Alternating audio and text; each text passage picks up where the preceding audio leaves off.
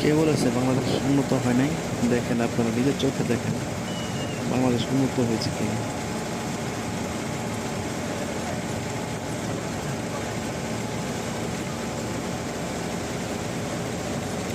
দেখতে তো পাচ্ছেন পুরো যেন বিদেশের মতন।